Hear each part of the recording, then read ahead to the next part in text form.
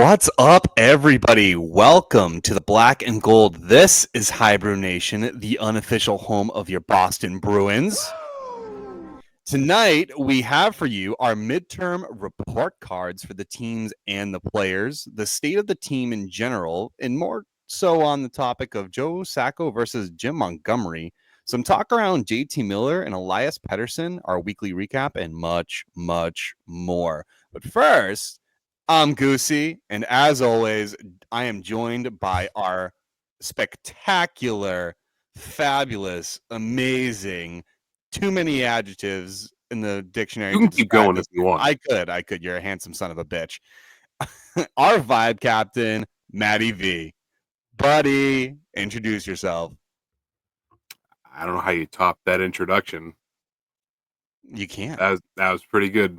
That was pretty good. I just want to talk you up all day, every day, buddy. I appreciate it is that. The best time to do so. I appreciate that. How's your week been? Not much else positive to talk about after this past week.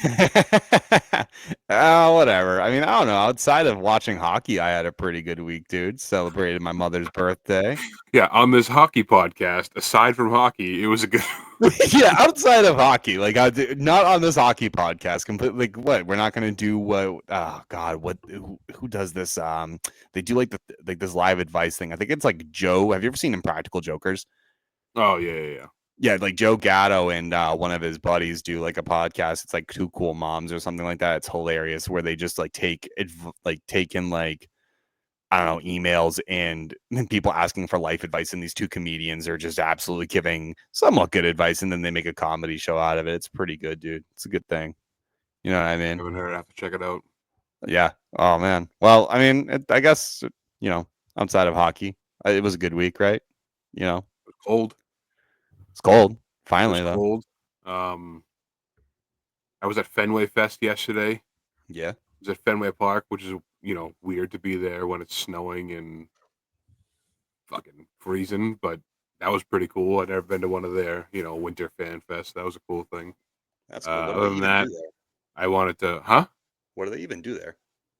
It's kind of like the thing that we went to, except I think way better, and it's been compared to. I mean, in the past, it's been at different locations and been like a bigger event. But yesterday, I mean, they had like panels with different players, and you could go inside the clubhouse, go inside the Monster, like kind of like self-guided tour around the park. But now it was cool. It was cool. Just getting closer to baseball season. So that was nice. Was it a free thing? No, you pay. I don't know exactly how much it was off the top of my head, but you pay X amount and you get like access to this. Then you get a voucher for a free game in April or May. Well, it's not bad. It's a pretty good deal. No, it was good. It was good. But other than that, And watching hockey, I wanted to bash my head against the wall. Dude, I went to like I said, we were celebrating like my mother's birthday, and like my cousin, they were born on the same day, so easy to remember for me. And I'm awful with birthdays and things like that. We typically go to like Twin River, like the casino down in Rhode Island, and I don't want to describe to you how much money I lost. Did you go this week? Yeah, I actually just got back today. Yeah. So it was awful, dude. Like I went to, I'm not really a slot player, but I played a few. That's where I lost most of it, and then the blackjack table took the rest of it. Yeah. Because that's not bad to pass the time, but I wouldn't make a. Dude, some asshole. It's just it's like I can't even describe to you like how it was. Do you remember when we went to Foxwoods? In senior week. When you I've been there a couple of times. It's a fun trip, not a bad weekend trip. Just to go hang out if you're not a big like gambler or whatever. They have a ton of stuff there. I've never been to Twin Rivers though. Dude, it sucks. Like I honestly, like this guy at the table was just hitting on the dumbest freaking numbers, dude, and causing everyone to lose. And I was everybody else up. Yeah, I was getting so mad. It's been like, not that I encourage gambling or anything like that, but dude, at least I would have walked out maybe with $50 out of the money I lost. Yeah, what are you gonna do? Happens to the best of us. Yeah, right. I mean, whatever. It's a gamble, just like taking a gamble on guessing on who's gonna win. The games this week, whether it be the Bruins. Dude, we'll get into that. We'll get into that later. But we need to turn it around. Win 0% over here in Studio V. We are not doing hot in this competition. You win 50%. No, you didn't. You actually went. Yeah, you went 30. 30%. That wasn't bad. It's better Yeah, than I did. I'm just saying in total. Oh man. All right. Well, anyway, why don't we get into it? Let's get into some topics here. Let's get into the bear down breakdown.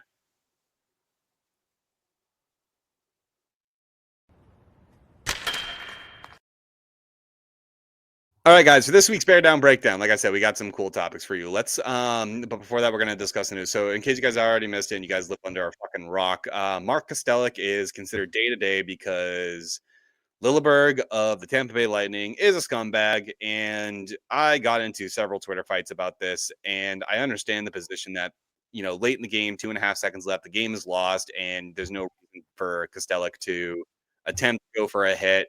But I don't think that is an excuse for any NHL player anywhere for any circumstance to ever rip your stick into another guy's throat. It's not cool. You can disagree with me all you want. It does not matter to me. Sorry, not sorry. So he ends up day to day. That there was an incident scrum, obviously neck, and Costello got a boo boo on the head. Is what it is, I suppose. But we move on. It's going to be hard to replace him in the lineup. He's been a cornerstone piece this season. So, and they played without him in the Florida game, and we have a crowd tonight. So you playing around with the freaking box over there? My bad. No. I was rewatching the Costello video. Yeah, it's something, dude. Like he goes in, people were saying he was trying to like swing his stick or like he was preparing to swing his stick. I'm like, no, he's preparing to dip his shoulder. He's going for a hit. He's gonna try and finish his play.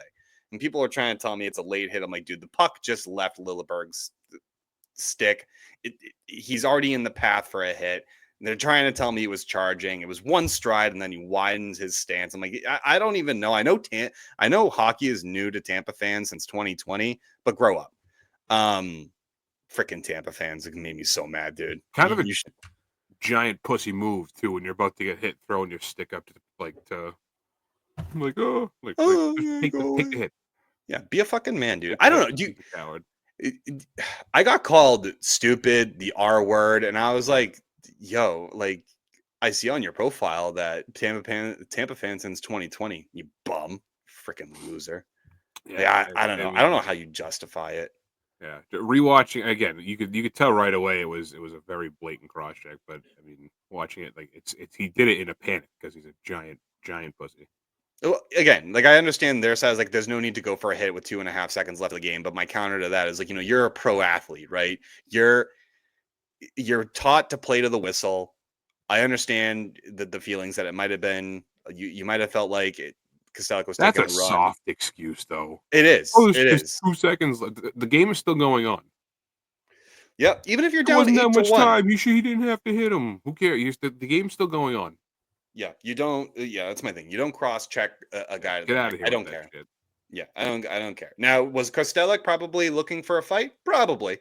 They were probably fed up with some stuff. I'm not going to lie. Like, I won't deny that. I'm not going to call the Angels, the Bruins Angels. You know what I mean? I'm never going to say that. But to just justify, again, just putting another player in an extreme, dangerous position is not something that's conducive to the game. So I think Lilleberg got fined. I didn't see anything that I know of, but I wouldn't be surprised if he did. But I think it was his first offense. So maybe he got away with, a warning. I have no idea how the dopes at DOPS work. So, it moves on. I know he did. Huh? Rick's favorite, the guy over at DOPS. Loves that, right, God? Yes. Just yes. Thank you for that, Rick. Wonderful. You are welcome. Wonderful comment. Some more exciting news. The Bruins are going to play outside in Florida in the Stadium Series next year against the Tampa Bay Lightning. How are they doing that outside in Florida? It is at Raymond James Stadium, which is where the Tampa Bay Buccaneers play. I don't know where the Florida Panthers are playing their outdoor game. I've heard... Where is it? Where the Marlins play, the Miami Marlins, which I believe is a dome. And I don't know if it's retractable, but that would kind of take, the whole idea of the Winter Classic out of the Winter Classic. But at a football stadium on the Gulf Coast in 80-degree weather. Yeah, I have no idea. I would love What to kind of go. ice are they going to skate on? They're figuring it out. I guess that there's a thought that they're gonna have like some temperature controlled unit or something. And I'm just like, but that's just weird to me. You know what I mean? Like, are you gonna encapsulate or enclose the stadium? I don't know their plans. I mean, when I was hearing about it and when I was listening to some of the announcers talk about it, they were basically saying like they're gonna need to find a way to enclose the stadium, right? They're going to need to find a way to keep that ice cold because it's going to be slush. And Well, again, isn't the idea behind the Winter Classic to play outside? Where hockey's going back outside, like yeah. that's But I the mean, whole what? thing. So why Hey, put it in a dome? Houston had a Winter Classic. Dallas had one that was outside. It What can be was the cold winner? in Texas, though. You're right. It can be, but closer towards night. I don't know. Maybe they're going to play the game closer to nighttime. Maybe where it drops down to like 50s. 50s, and maybe you Maybe. can do better temperature control that way. But I mean, whatever. I mean, it's exciting regardless. I mean, it's cool things. Like, you're gonna have an outdoor hockey game in Florida. On The the only beach. yeah, on the beach. Like, that's cool. Yeah, which is cool as shit if you think about it. Like, if they pull it off, which they're gonna find a way. I'm just concerned about, like, one, the ice conditions, but two, like, these players that are wearing all that equipment. Like, you're gonna I don't know if it's gonna be a quality game. It's gonna be interesting because they're gonna be so gassed. They're gonna be I would sweating. love to go. I would love that. That would be an awesome trip, even just like for the weekend or whatever, for a day or two. Yeah, go to an outdoor ice rink in Florida in the middle of what, January, and Yeah, you're go just to a like, yeah. hockey Then we game in went a to the tank beach. top and shorts. Yeah, and then you're just like, what'd you do after that? Like, well, we went to the beach. Yeah, I got a tan. Yeah, got a tan at a hockey game like that. I don't know. That's pretty freaking cool. If you think about it, though, it's cool, right? Like, the whole concept of it is awesome. Like, the outdoor games, the stadium series, all these things are really awesome. It's just, the execution side of it, how they do it. I'm very curious to see. I'm very curious, very excited to see how it goes and how it works. It's going to be interesting, very exciting. I was watching the Winter Classic this year, and it was kind of like, oh, like you kind of heard rumors that it was going to be in Florida somehow. Maybe it was Tampa and Florida playing each other, or something like how they announced it. Florida's the Winter Classic, and this is the Stadium Series. I was hoping after watching the one in Chicago this year, I was hoping the Bruins would be involved, and shocker, they got picked. I was surprised. Kind of off topic, but yeah, off topic. Oh my god, off topic. Try again. Like, off topic. Wasn't it weird? So, Winter Classic wasn't on New Year's this year, New Year's Eve. and yeah, but it's not. It wasn't New Year's No, Day. I know. You know I what know. I mean? Yeah, agree with you. And like, next year is on the 2nd. Another weird It's one. been on the 2nd before. I know that. Oh, it has. I couldn't recall that in recent memory that it was. But I mean, whatever. It's just another day. But maybe it's just the way the calendar year works. That I don't know if the stadiums, but whatever. I don't know. It's still cool as shit. This year's Winter Classic, though. Whew. Oh man. Did they come out and say when where the Florida game is? No. Not sure. But couldn't tell you. But this year's game, man, Chicago's got problems. They got blown out 6-2. Unreal. I heard that the fans were like booing like the Hawks off the ice. Yeah. So the Winter Classic is going to be in Miami at the Marlins field, and it does have a retractable roof. So yeah, I feel like that still takes away from the Winter Classic. Like, I mean, it's still. I mean, it is still open when the roof is open, but yeah, still weird to me. I don't know. Whatever. Awesome. I'll be cool. I'll tune in. I'd like to see it. I'd like to see what it looks like. Hockey in Florida outside. I agree. Going to be cool. In theory, going to be cool. In theory, you would hope. It's Miami. We'll see. It gets hot over there. There's been other news. We're full of news this week that it has been reported. I'll talk news all day. I don't want to talk about the games just happened. It was a 1-2 week. It was a barely 1-2 week. Yeah, you're right. Yeah. We'll get into that in the recap. But oh my god, there's a couple. Oh god, I was disgusted. But I don't know if you're aware of the situation over in Vancouver, but in Vancouver, apparently there is some serious beef between JT Miller and Elias Pettersson, and it seems as though Vancouver is effectively going to be pressured to trade one of their players, and you would have to think that they would side with Elias Pettersson on this. He's their young. He's their young star. He's 26 years old. JT Miller is 31. They both have substantial contracts. JT Miller carries $8 million, but the only issue is he has a no movement clause, and so he would have to agree to go. And I would be concerned if I'm Vancouver if they have to pull a New York Rangers situation to get him out of there. And then, Elias, which is weird. Elias Pettersson, and the years he has the $11 million, his no movement clause kicks in next season. It's only available for 3 seasons. That one I thought was strange for that kind of contract structure. So, for me, weird. But anyway, there's drama over there. And the Bruins are reportedly in on them. It came out that Don Sweeney apparently made some calls and had inquired about both the players. Out of the two, obviously I would want Pettersson because he's younger. But he's a hell of expensive and can't afford him because you would have to give up a lot for that. And his asking price would be ginormous. I would be okay with JT Miller, but I'm wondering what that asking price is going to be because he's a 95-point player. And I guess it could be dependent on how bad that situation really is. You know what I mean? Like, would that impact the price? Yeah,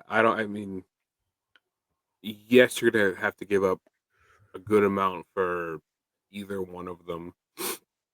I agree with you that I would prefer Pettersson. My brother could not be more in on JT Miller. He wants him on this team bad. He's I don't see who would you be upset if the Bruins traded for one of them in terms of like who we would have to let go. Yeah, I mean, there's no question about it. You're going to need to move money out. There's no question, but it depends on like how much do you want to sacrifice to get. There's a lot, the way I see it, and I don't really know. One of them has to be Charlie Coyle. You have to imagine you're not going to get rid of Marchand for a guy like JT Miller. You would move Marchand for a guy like Pettersson because you're going to have to get younger. And Marchand for Pettersson straight up, they're not going to do it. You would have to give up also something of substance, and I don't want them to give up any draft capital. So there's a lot. I did a mock trade on our HiBruiNation Twitter, and I proposed, I believe it was JT Miller, Nils Oglander, and Vancouver's second round pick this season for Coyle, Frederick, Lysell, and our third round pick this year. That might not be enough, but you might have to maybe give Merkulov or someone additional. But to me, it depends on how bad that situation is, and if they're in a rush to get JT Miller out. They might not. How bad they want to get them out of there. Yeah, and in order to improve the team, because Vancouver was in a playoff position last year and they were doing very well. So I mean, there's a whole bunch of questions, and I mean the votes were predominantly no, and I bet you those were the Vancouver fans that were voting no on that, because as a Bruins fan, you're probably looking at that and you're like, oh, you're not giving up that much. And I think the advantage to giving up Coyle is that, he's a proven second line center, that he can play that way, and he has chemistry with Jake DeBrusk, and he's an outstanding individual. So like, that's why I took all that into consideration when making that proposal. I would be upset to see Coyle go because I think he was born to be a Bruin. He's from here. Yeah, he's from, thank you, the mayor of Weymouth. He's from here. You can tell he wants to be here. You can tell he wants to play here. You can just tell. It's just this year is not going his way. You could say the same thing about fucking Grizzly too. I mean, he grew up in the backyard of TD Garden, Yeah, I mean, literally in Charlestown. In the end, I get that, he's a good guy and he wants to be here, but it's a business. And if moving him is what's going to take, and I like Charlie Coyle a lot. He hasn't been playing very well this year compared to past years. I like him a lot. He's one of my favorite players on the team, but It's at the end of the day, it's a business. If you have You're to right. move him for the team to get better, I am 100% okay with that. The complexity behind it all is that currently there are 10 Bruins players that have some form of trade protection. Coyle is one of them. Hmm. So you would have to, and I believe he probably had his no trade list submitted to the team already. And if Vancouver wasn't on it, or if it was like on it, I'd wonder if Sweeney is talking to him. And Coyle seems reasonable, but at the end of the day, he also has some say where he goes. But I think at the end of the day, he would do what's best for the team. And the bunch of questions that would lead to that. And JT Miller has full say over where he goes. So again, it's an interesting situation. People are speculating that it's going to end up being Pettersson that moves because the overhaul for him would be a lot larger. Do you know of anybody, and this is just and I don't know the answer, I'm just asking out of curiosity. Do you know if anybody who has had a no move clause, a no trade clause, has, rejected or vetoed, like whatever it is, a trade to Boston? Has rejected a trade to Boston? Yes. I don't know. I feel like that doesn't happen a lot with like big market original six teams. Like you don't hear a ton. Yeah. Again, I'm talking out of my ass right now. I'd imagine that. You wouldn't hear that though. What was that, God? You wouldn't hear that because that's Yeah, kind I of. guess you're right. Yeah, you would hear it the other way. Like you would hear it probably from the Canucks perspective. Like if like that like came out, like for example with the Bruins and Olmark when they wanted to give him up to New Jersey for I believe it was Dawson Mercer. Well, no, they wanted to give it. They wanted to send him. It was pretty much a deal done with LA, right? Yep, we were in on Pierre-Luc Dubois, and thank So we. Thank God. Yes. That we did not win that sweepstakes. I was so all set on Pierre-Luc Dubois.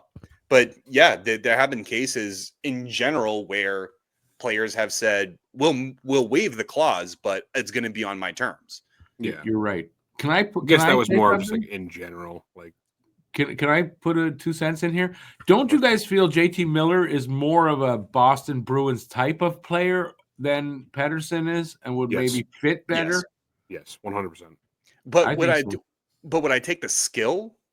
Yes, I would take Pettersson's skill because he's creative. I would take that, and I think he's the kind of guy if you have like Marchand, Lindholm, if you don't give up any of those guys, because I also think Lindholm is the Bruins-esque type player.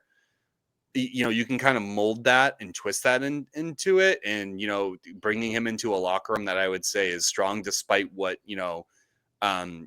Jones and Keefe have said about it, which was the dumbest fucking thing in the world, saying Pasternak and Marchand. I want to touch on that too because I don't agree with you with that at all. Oh, really? Yeah, I'm okay. We'll touch on that. We'll wrap this up pretty quickly with the JT Miller thing, but yeah, I would agree that I think either one of them would make a decent fit in Boston. You're right, Rick, that Miller probably slightly more so, but I think that's because he's more of a seasoned veteran, and I think he's also been on 2 teams now. With Tampa and Vancouver. So I think. And he's got a toughness element that I think you guys could use too. Yep.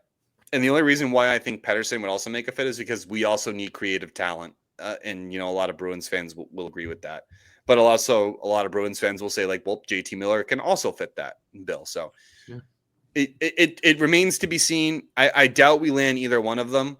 To be honest with you, we don't have the assets and we can't trend in the direction to do that, because then if and when you get into that rebuild stage, it's going to be prolonged, and it's not something that I think would be good for, Boston as a whole, as an original 6 franchise with the market that they have. Put that in your pipe and smoke it. How's that for an analysis? that was okay. It wasn't my top. I turned my mic off though, so. Okay. I don't know if you saw. Maybe Rick will get a good kick out of this. So additionally, over I can't remember when. I think it was Friday. It came out. I think it was Friday. Yeah.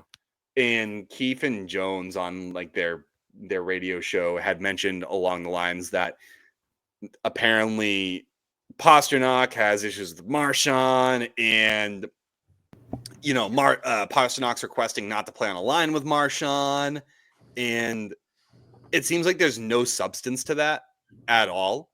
I think so too. There's nothing there. The guy who reported it is not reliable, from what I heard. Yeah, he's historically not reliable at all, and it When has caught he not wind. been? And I am not one to defend any of these radio bozos, but when has he not been? When it comes to the Bruins, I couldn't give you several examples. He So knew the you're Jeremy calling me Swayman out. contract before it came out, and I'm pretty confident that he knew the David Pasternak contract before it came out. I mean, whoever he's talking, he's obviously not the one just coming up with this stuff. He has a source somewhere in the organization. Yeah, but that's contract. So I feel like the contract stuff is less, I don't know, fire igniting, because what that is suggesting is that two friends that have been on the same line with Bergeron, and they've been through the ups and downs together. They lost together in 2019, and they're trying to build this team back up. And Pasternak's an alternate captain. You got to imagine that Marchand, McAvoy, and Pasta, they probably have captains meetings or something, right? You got to figure that there's something going on. And I think what Jones and Keefe were trying to do was basically say or they were trying to say it's an issue in the locker room, and it's just they're butting heads when the whole team is just not performing to the Boston Bruins standard, which I think is kind of fair, but I don't know. That's exactly what we said before Montgomery got fired, when they weren't playing well, and Swayman wasn't playing well. We thought there was a problem in the locker room with Swayman and the rest of the team because of the contract thing that happened. We figured that, the team chemistry might be off, and then Montgomery gets fired. Sacco takes over. They start playing well, and now they start playing bad again. So why is it crazy to think that there might be a problem in the locker room? That was, a Band-Aid was put on when Sacco got named, and they started playing better with that new coach bump.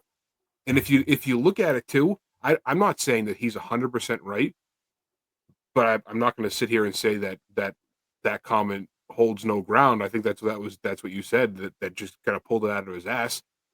I mean, if you look at how the Bruins responded and how the Marchand interview after practice, I think, was it in Florida? It had to be in Florida, right? I believe so. The whole response to everything seems so wildly over the top, like, oh no, like everything's fine. The Bruins were posting pictures on Instagram of like Marchand and Pasternak like hugging and laughing at practice. Like, it just seems so overdone. Like, hey, no, listen, don't listen to this. Everything's fine. Look at us. We're happy and smiling. Like, and I think it's totally possible that two guys who have played together, they're best friends, their wives are friends, their kids are everyone gets along. For Pasternak to be like, I don't want to play in a line with him. I mean, do you think they should be on the same line and on this roster right now? No, I think that they should spread the talent out. So do you think it's wild for David Pasternak to have that take or to have that opinion? Hey, I don't have anything against him. There's obviously some animosity in the locker room, but this isn't working. This having us on the same line, we shouldn't be on the same line right now. See, there's a difference between, acknowledging that having both of them on the same line makes you guys like, top heavy, and then just making it, I don't want to play with this guy because there's a problem with him and I. That's the point I'm trying to get across. I'm not trying to say that there isn't a problem in the locker room. There very well could be, and I do think there actually is. And I think I put a post on Twitter that said, would anyone be surprised if it's Zadorov? Would anyone be surprised, like maybe when Max Jones was playing, that he caused a rift? If there was anything from what was reported, I mean, I don't think it was really. He just made a comment on the radio, or I think it was said on the radio, was that there's trouble in the locker room and Pasternak is the center of it, which that seems like a lot. That seems like everything that's going wrong in the locker room has to do with David Pasternak, which it could be. It very well could be. I mean, no one's going to know except the guys in the room, and you're never going to hear that. You're going to hear everything's fine and we're best friends, and this guy should be fired, and just completely over exaggerating how great everything is. We haven't been playing well, but it seems very over the top to me, and not the sort of, you would think if it wasn't true, it would be like, yeah, I don't know what he's talking about. Like, that's not true, and then move on. I think you have to understand, or we have to understand too, is that like Marchand's a characteristic troll. right? He loves that kind of shit where he gets to call out people for making crap up, right? Like But he's done never it before. done it like that. Maybe not. But if you also look at the Instagram, like you mentioned, the Bruins were posting pictures. Marchand posted pictures. His wife did. Pasternak posted pictures. His wife It did. all just seems very over the top to be just like a nothing story. Like if that report holds no water, Marchand he should lose his job and anything going forward.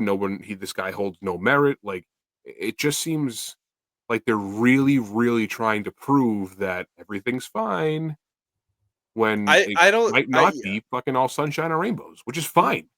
Yeah, it's not. I don't think it is. Like I said, I don't think it's everything is sunshine and rainbows. I think there is a problem in the locker room, but to say it, I think it's centered around those two. No, I'm hard pressed. Like I think that was like that's the issue. There isn't an issue between Marchand and Pasternak. Is there an issue surrounding some of those players? Maybe, but I'm not going to say that those two are specifically having issues because I know that they have been continuously holding themselves to high standard. They've talked about it on numerous interviews where Pasta said, he holds me to a high standard. I hold him to a high standard. It's just like where you don't hear it from is McAvoy. And you could hear that. And we talked about it with Jim Montgomery's firing. Listen to Pasternak and how he says, we cost this man his job. We did not play to our standard. Marchand, we cost this man his job. We did not play to our standard. McAvoy, yeah, we lost it for a minute. Yeah, but it's a business. It's unfortunate. Life happens and go on like that. I'd be more inclined to believe that the problems could be stemming from him or Zadorov, and that because Marchand and Pasternak are also, captains of the team, it can link to them. So maybe it's a disconnect in the leadership, but I don't think there's actual problems between those two players. That's where I'm going to disagree with you on. Where I don't think it's a problem between them, but there's a problem in the locker room. Yeah, like I said too, I'm not going to sit here and defend these bonehead radio hosts that will historically, especially in Boston, just look at Felger and Mass, say whatever they can just to get people to listen or to get people to engage. So I think the reaction to what was said was completely overblown and overdone and way too much like, hey, look at us, like everything's fine. But I also think that if you listen or read what was said, it never said Pasternak and Marchand hate each other. It was Pasternak doesn't want to play in a line with Marchand. And honestly, if that's not working and you would rather have the talent spread out like and have more depth, I don't hate that move from Pasternak at all. Hey, this isn't working. This would as a leader on the team, I think it would work better this way. Okay, I can kind of give you some credit there. The only reason, you know what I'm saying, so I'm not. So it didn't come. I think they're trying to make it, or people in the media are trying to make it like Pasternak and Marchand fucking hate each other. It blew up on Twitter. You know what I mean? So like that kind of blew up, but also like the reaction to it was over the top too. And I mean, like you said, I do think there is a problem, but and it very well could be that. I'm not willing to completely write off that whole thing was made up. I'll finish with this, and then we can go on. Unless you have one last thing to say, is that? Nope. But in Florida, the overtime winning goal, it was Marchand and Pasternak that were on the ice together. So that's why I'm also like, but maybe they did that intentionally to show that, hey, but those are also your top two scorers right now. So I don't know. But I don't think they dislike each other. There is a disconnect in the locker room. I'm in firm belief on that. But is it centered around those two? I doubt it. But you and I may agree to disagree on it. No, I'm not. And I'm not. I mean, I said before, I disagree with you. I don't think that I am 100% right in this situation, or you're 100% wrong. I just think to say that what was said is crazy and it doesn't make any sense and there's no truth to it. I don't think that's fair. I think, and again, from someone, and I hate giving these guys credit, but he was the first one to call the Swayman contract, what Swayman was looking for, the terms of the deal before anybody else did. So obviously he knows somebody within the organization. It's fair. All right, I'll give you that. Okay. Outside of that drama, we'll see. We'll see. We'll see if they clean it up. And you mentioned, since Jim trouble Montgomery, in paradise over there, right? It's giving us trouble. You mentioned, the difference between Joe Sacco, and ever since he took over, and people, and like you and I, we were like, Sacco time, baby. Let's see if this wakes everybody up. Let's go, coach. He has experience. He's been with the team for 10 years. He knows the system in and out. Yada yada yada. All the good thing, right? And Joe Sacco's been given a lot of praise. He's been given, I think, and I don't know if you'll agree with me on this, but he has been given more praise than I think he deserves. Here's why. Comparing the two coaches in 4 categories on power play, PK, goals for per game, and goals against per game, Jim Montgomery's stats are, in that order, for power play, 11.7%, 32nd in the league. PK, 75.6, 25th. Goals for per game, 2.4, 31st. Goals against, 3.5, 28th. Joe Sacco, power play, 12.4 at 31. PK, 75.9, still 25th. Goals for, 2.6 at 29th. And goals against, 3.14, 20th. I would not consider those numbers substantially different outside of the goals against, because you can see a clear cut improvement that he has helped at least somewhat on the defensive structure and on the defensive side of the puck.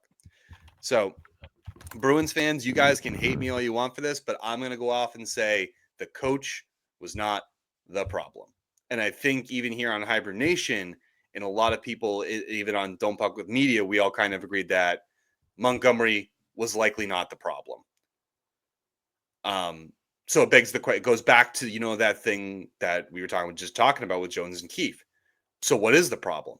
Probably locker room, right? You got to anticipate that. Well, we said before, too, as soon as Montgomery got fired and Sacco was named the interim, we said straight up, this is a Band-Aid on a bigger situation, whatever that may be. And they started playing better, and we kind of forgot about that. And now I think they're kind of, over the past week or two, like coming back down to earth. And, hey, there's a bigger problem now, and now it's starting to come to light. Yep. Since Montgomery left, I mean, he pretty much has the same record as Montgomery. In St. Louis, since he was there, he's 11-8-3, and Sacco is 13-10-2.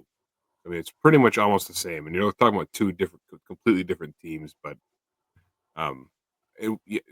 Montgomery was the scapegoat, and we said 100%. That before too. So 100%. I don't think that firing him was going to turn them into Stanley Cup contenders.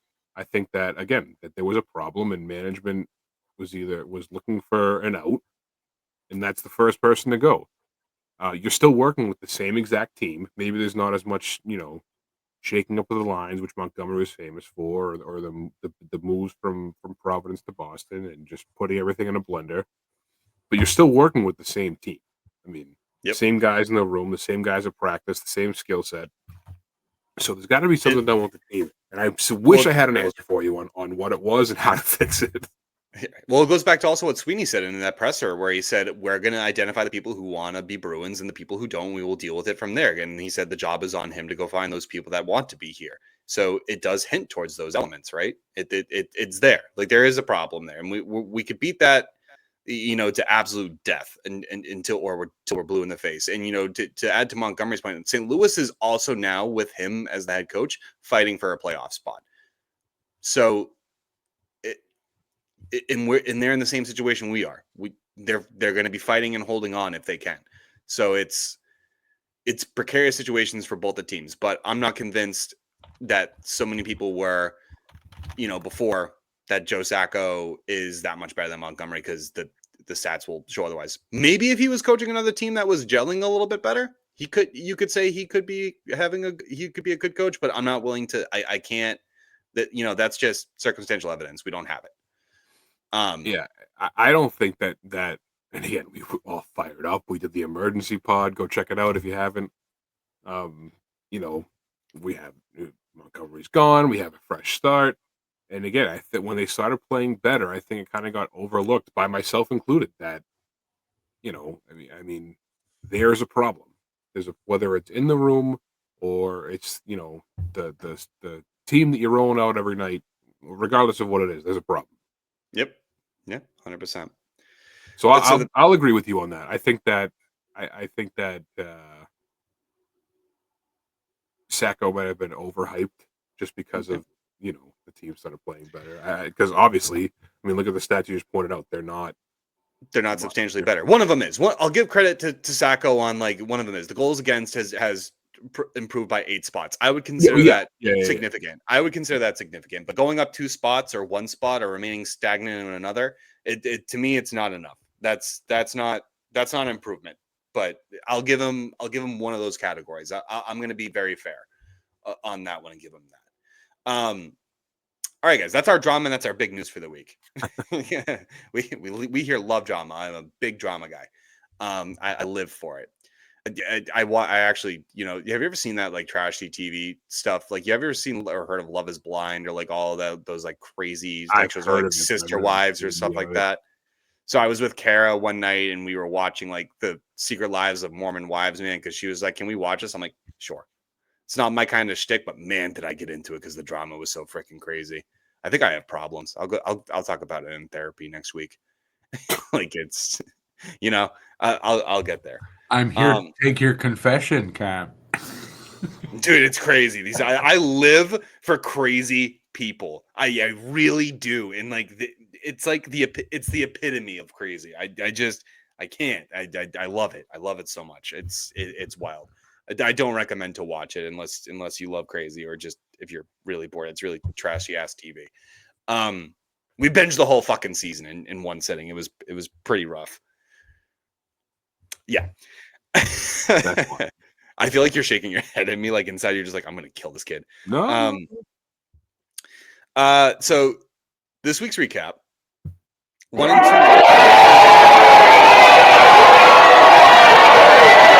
That's not the right boo, but that was supposed to be super fucking negative.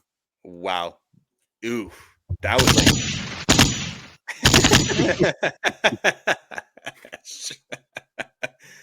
That's what I was doing during the Edmonton game. I had like a freaking like ready to go, dude. Like I was going nuts. I was ripping my hair out in that freaking game. Yeah, this week sucked. The Bruins win. I mean, I'll take a win against Florida. Don't get me wrong. Like we go 1 and 2. We lose to Edmonton at home, lose to Tampa Bay, and we lose to Florida. 2 of those games were in deciding fashions. Edmonton was 4-0. Tampa Bay was 4-1. They looked decent in the Tampa Bay game, at least. In Edmonton, they just looked lost. I really don't want to spend time on those 2 losses because they just irritated the ever-living fuck out of me. And I really thought against Edmonton after what we showed early on in the season against them, losing in overtime against, I really thought that we would have had an opportunity to maybe right the ship and start anew there. And they just fucking came out so flat. Yeah, Edmonton was in control pretty much that whole game. Okay, yeah, we can breeze through this. Edmonton was in control. They blew our doors off. Tampa Bay was closer. I mean, it was, I believe, the 4th until goal it wasn't. Was an empty netter, right? No, it was a power play goal. Was it? Yeah. So, and I think that's what pissed off the Bruins so much was that like the game was already won and like Braden Point just absolutely snipes it past, I believe, Swayman. And it's like you really didn't need to score that. So like what they were doing. That's a game too where you have a chance to win it and you don't capitalize. I mean, for like you said, for a half the game maybe. I mean, you're right there in it. Yeah, no, I thought for half the game until the floodgates opened, like they were doing well. I thought that they had a chance to win it. They were getting many shots through to Vasilevsky. Vasilevsky was also big in many occasions. That's probably the one game that frustrated me the most outside of Edmonton.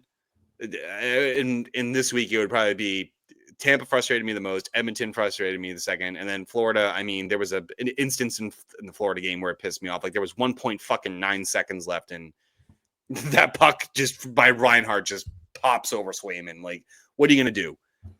I don't know. And Swayman was like the Bruins were outshot 42-18 against Florida, and they still won. Like Swayman won you that game. It was about damn time that he stole you a game that you had no business winning. And like people say, like, oh, that's Swayman's first stolen win in the season. Sure, fine, whatever. I'll give you credit for that. But like he didn't just steal that game. He robbed it highway style. It was nuts. The amount of saves he made were just unbelievable. I'll take that though. That was the highlight of the week, beating the Florida Panthers. And yeah, just I didn't see that coming. when they scored that goal, it was like with what, 5 seconds left, 2 seconds left, or whatever it was in the third period. I was like, this is fucking, it's over.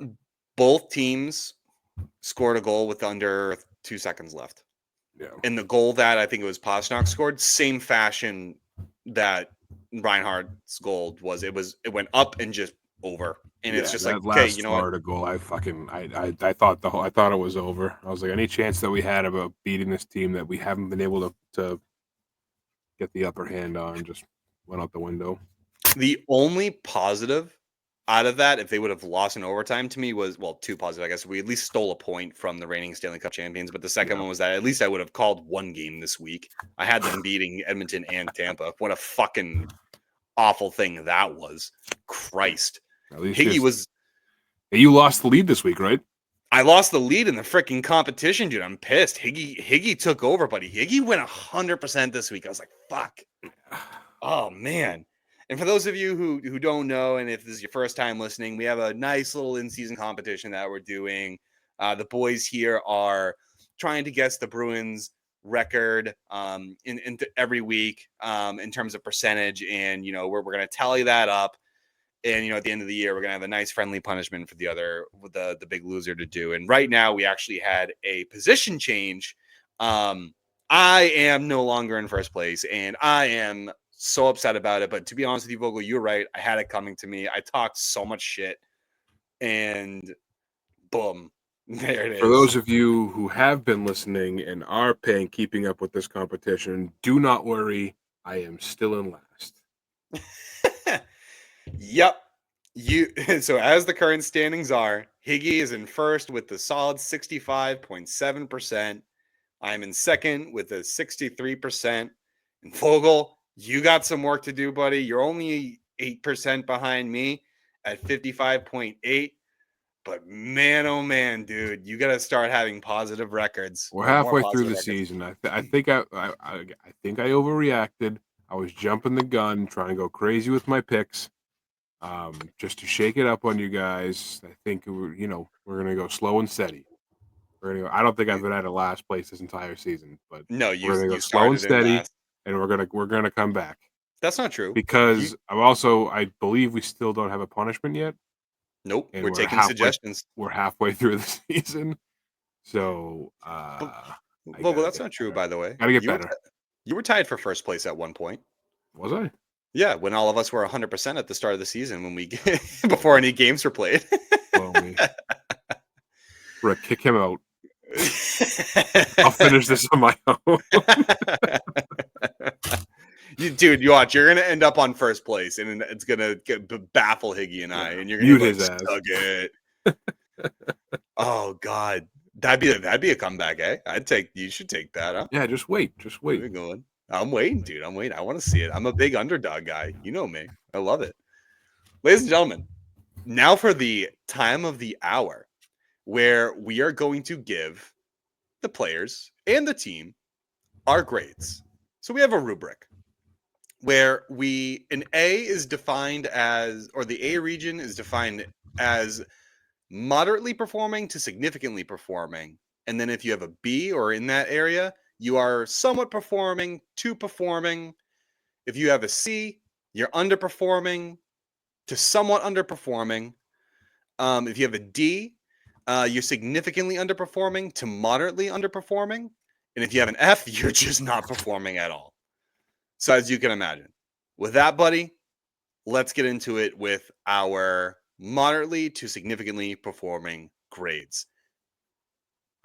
I don't. And I'm going to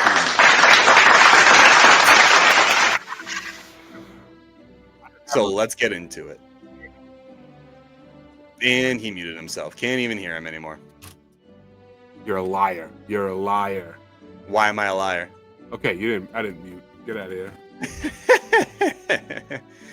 We even have some nice background music for this, buddy. I see. We're going to graduate. I think that's the smoothest way for this to run, because we're going to run through everybody. A lot of mine were the same as yours, your picks and your same grades.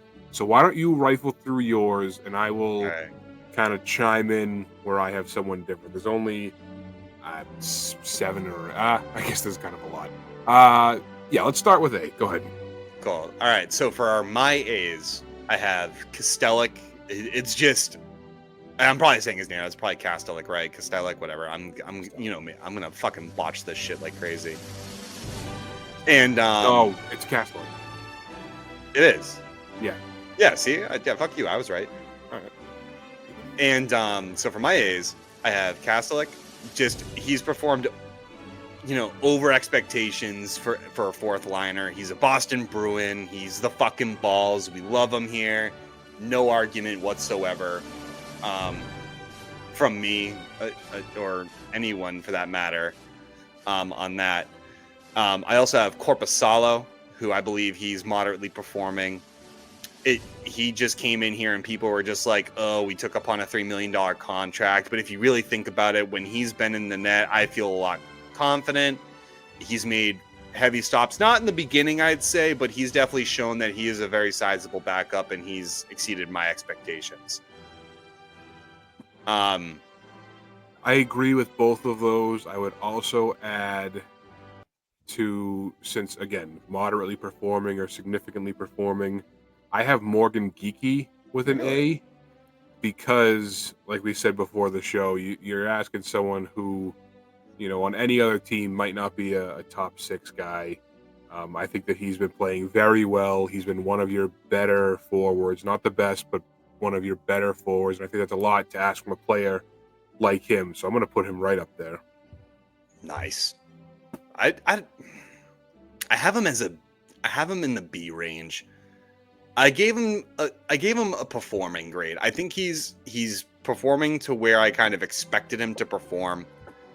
Alongside him, I have Pasternak, Marchand, Zacha, Koepke, Osterley, Brazeau, and Swayman. Where I think fans will disagree with me is where I said Swayman, and I'm going to defend him because he has gotten so much better, and I'm having a hard time faulting him or Korpisalo for the poor defense that is in front of him. I just have a hard time giving him any less than to a performing grade. Now, is he performing to a $9 million contract?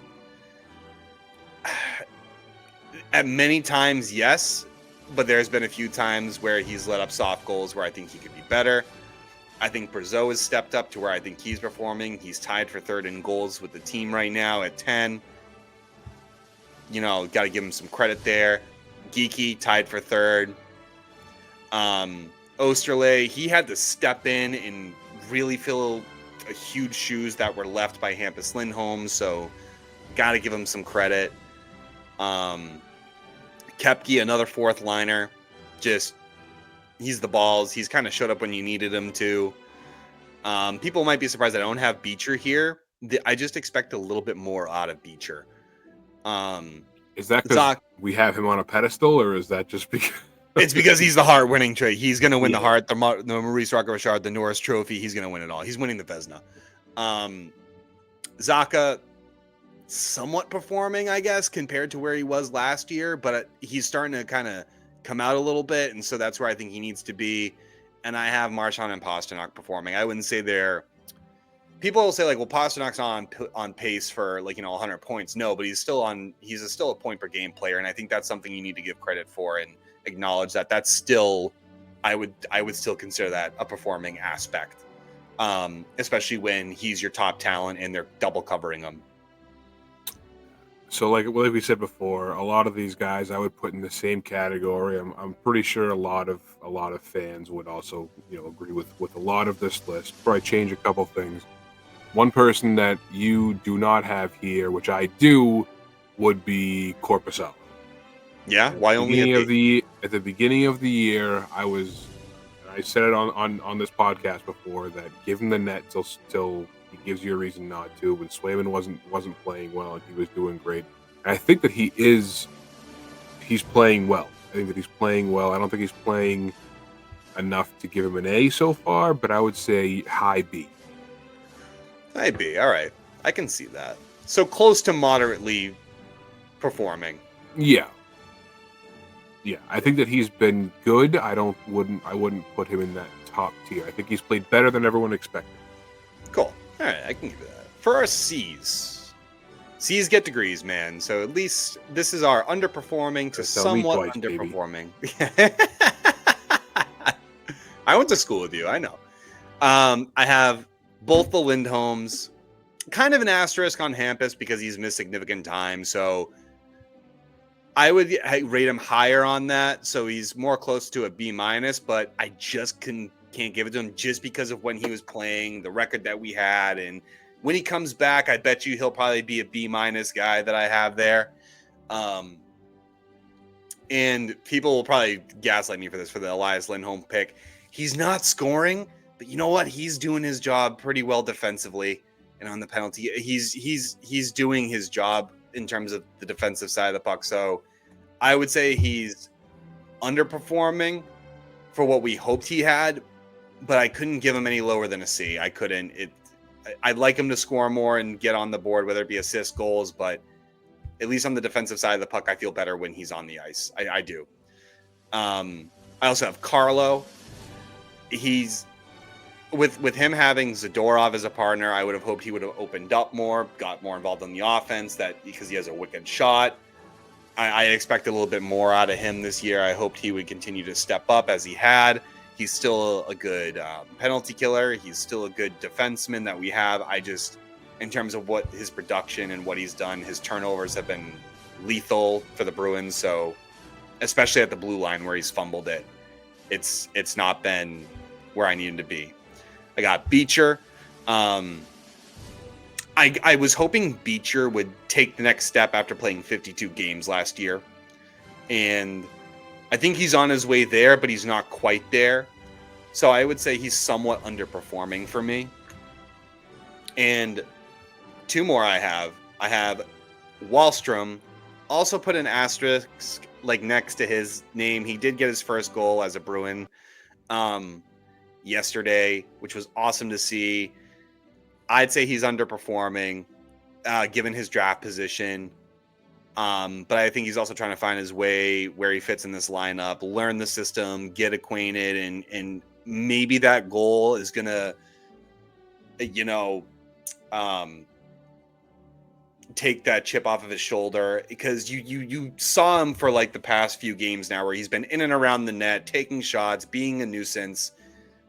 You have to look deeper in order to see his contributions.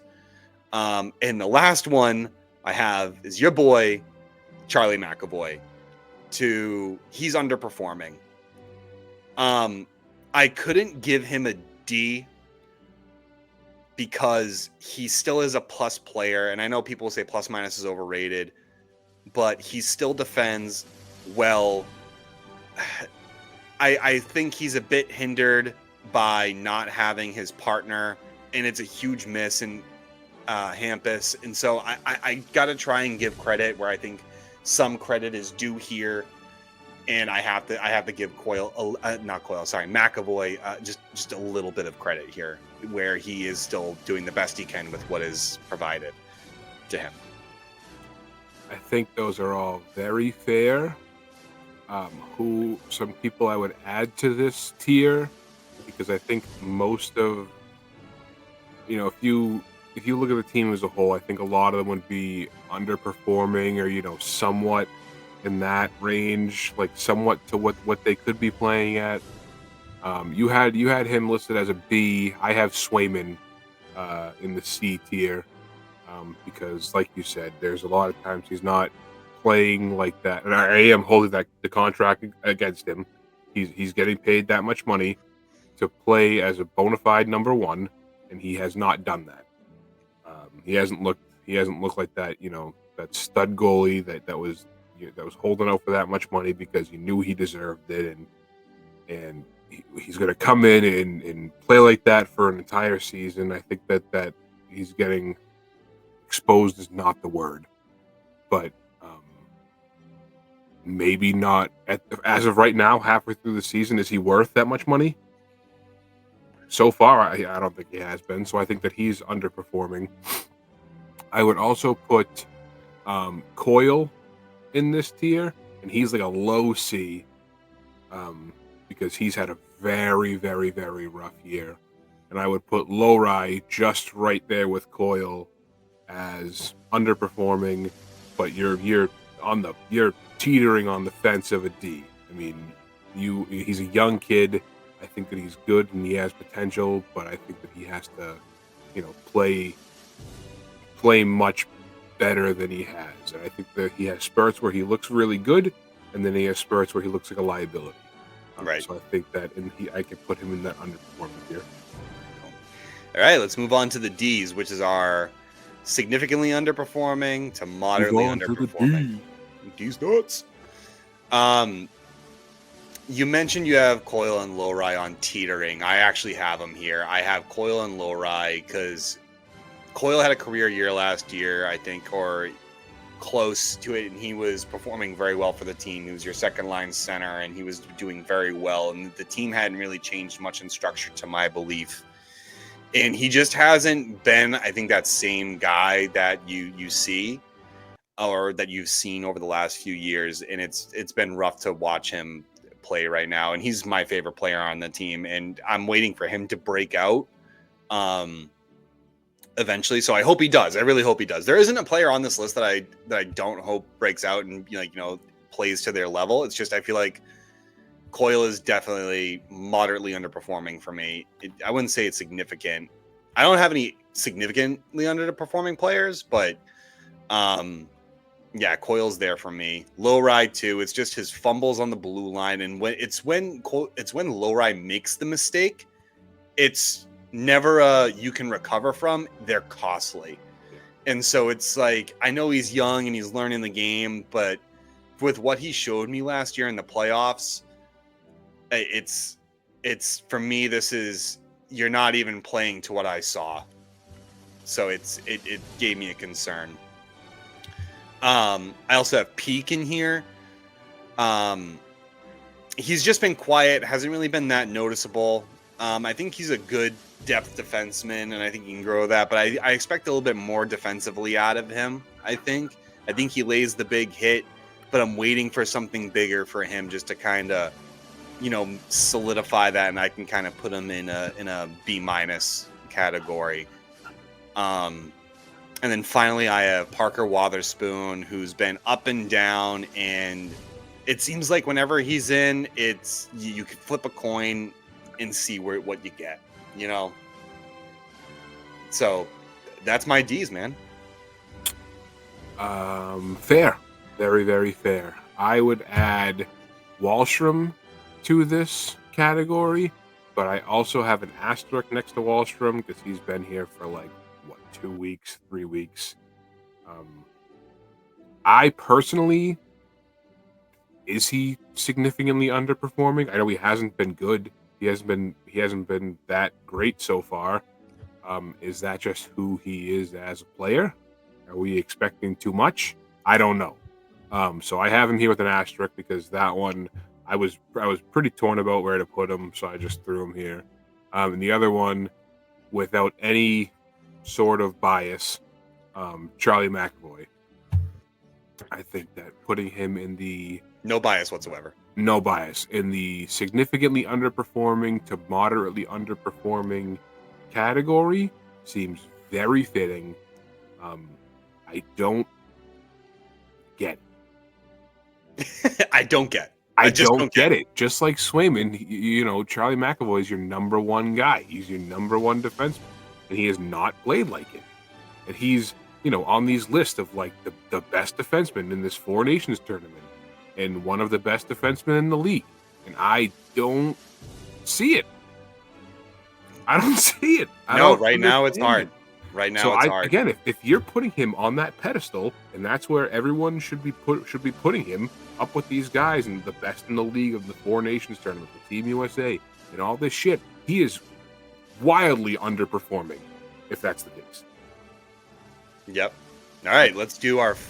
No bias. No bias. Our Fs and our final grade. So basically, not performing at all or not helping the team in any capacity. I have Trent Frederick, because he has taken a tremendous step backward despite getting better in his last 3 or 4 seasons every year, increasing his point totals and becoming better and showing that he could be a solid third line guy. He has regressed. It's unfortunate. I hope he breaks out, and I even hate to have to put him here because he's also one of my favorite Bruins, but that's the case. Lastly, Mr. Potato Head himself, Nikita fucking Zadorov. And listen, since Joe Sacco took over, he has played better defensively. I will give Zadorov credit there. However, this man has put you a man down so much this season, it has hurt the Bruins. And I can't give him anything else aside from that. He is part of the reason, and probably the biggest reason, why the Bruins are second in the league in penalties taken. I can't do it. It has nothing to really do with his defensive play and everything to do with what he's put the team through in terms of penalty kill. I yield to you, counselor. Oh, zip in your mouth, don't you? Nothing. I have nothing else to add. I completely agree with both of those. Frederick has been invisible for what I think, and I could be wrong, but most of this year, if you look at the numbers. And Zadorov, I thought I was going to really like him when we brought him in. And now you really hate him. I think that he has been, like you said, more times than not, detrimental to this team. Yep. So I have no disagreements here. Cool. Let's quickly go through our total team overall midterm grades. Don't worry, guys. We will have our final grades at the end of the season, but let's go. We have the categories where we're going to place. Again, same thing, A through F for your grades. Same criteria. And the categories we're going to discuss are the power play, the goals against, the 5v5, the goals for, the 5v5 goals against, the penalty kill, and the face-offs. Because I think those are big categories, and our overall team grade in general. I'm going to say with the A, I'm going to say face-offs. We are 7th in the league in face-offs. Got to give some credit there. It's the only A that I'm going to give. Got to give some credit. It's at a staggering 52%, I think. I think it was hurt yesterday because Barkov chewed us apart, but, what are you going to do? We have no Bs at all. No Bs. For Cs, I have penalty kill because it's 76%. That's underperforming. Not much to say about it, except we had that long stretch where it was painful to watch the penalty kill. The 5-on-5 goals against. It's not bad, but again, bottom half the league. Goals for, C-, bottom half the league. The 5v5 goals for, same thing, C-, bottom half the league. You can run through yours. I only have a couple that are different. Gotcha. For my D, I am giving the team an overall. They are moderately underperforming. They're definitely not performing at all. Goals against, D, again, bottom of the league. And then for my F, power play, a staggering 11%. So the only difference that I have, you have the overall for everything in the D plus category. I have them in the C, which is more like a C or a C-, so it's not too far off. We're still 4th in the Atlantic, 47 points. We're still in a playoff position, so I'm going to put them more middle of the pack than bottom of the pack, especially with the grades too. So I'll put them right in the middle at a C. Things, which was tough after the past couple weeks with the recency bias and everything, but looking at the big picture, they haven't played terribly this entire year. There have been spots where they've been good. I don't think they're playing too bad. I do have. In the F tier, you have the power play. I have both special teams. Yeah, that's fair. And the penalty kill has gotten better. I wish they would just stop taking so many fucking penalties. But I have them both here. So let's call power play an F and a penalty kill like an F plus. You're failing, but you're failing slightly better. Yeah. Cool, man. All right, everyone, that does it for our grades this season. Oh.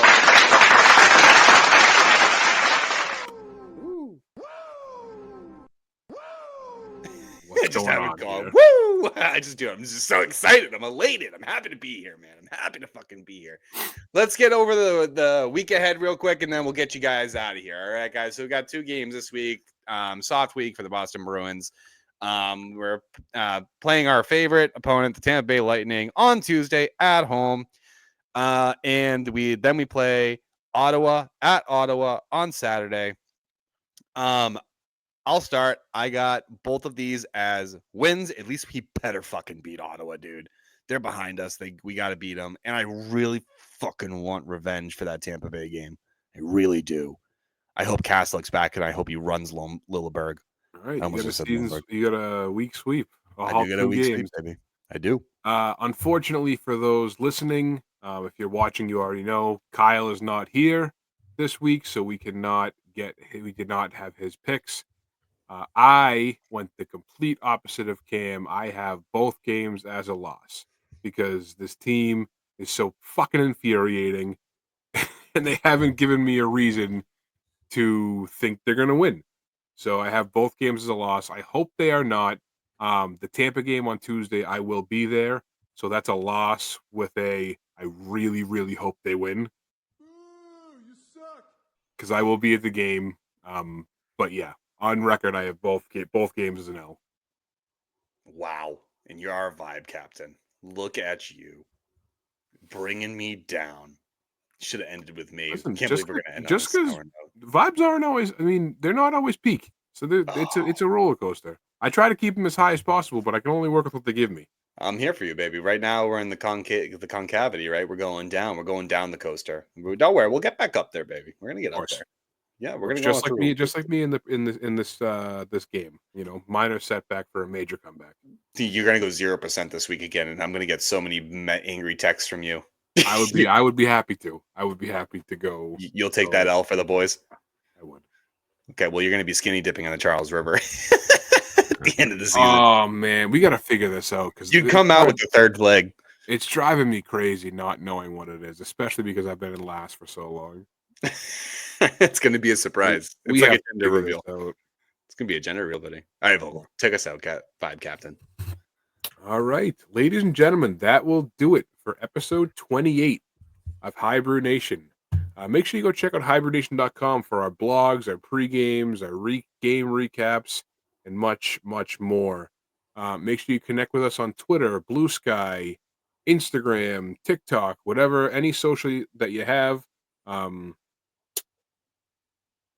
Give us a shout out, give us a look. Send us a DM for any of your thoughts or your questions we talked about on the podcast. Send us a voice memo. That link is on our Twitter profile for your voice to be played on the podcast. A lightning bolt is 5 times hotter than the surface of the sun. It has a temperature of 30,000 degrees Celsius, which translates to around 54,000 degrees Fahrenheit. Remember to like, comment, and subscribe on all platforms. Leave us a comment here on YouTube if that's where you're listening. As always, we love you guys, and until next time, go Bruins. Peace.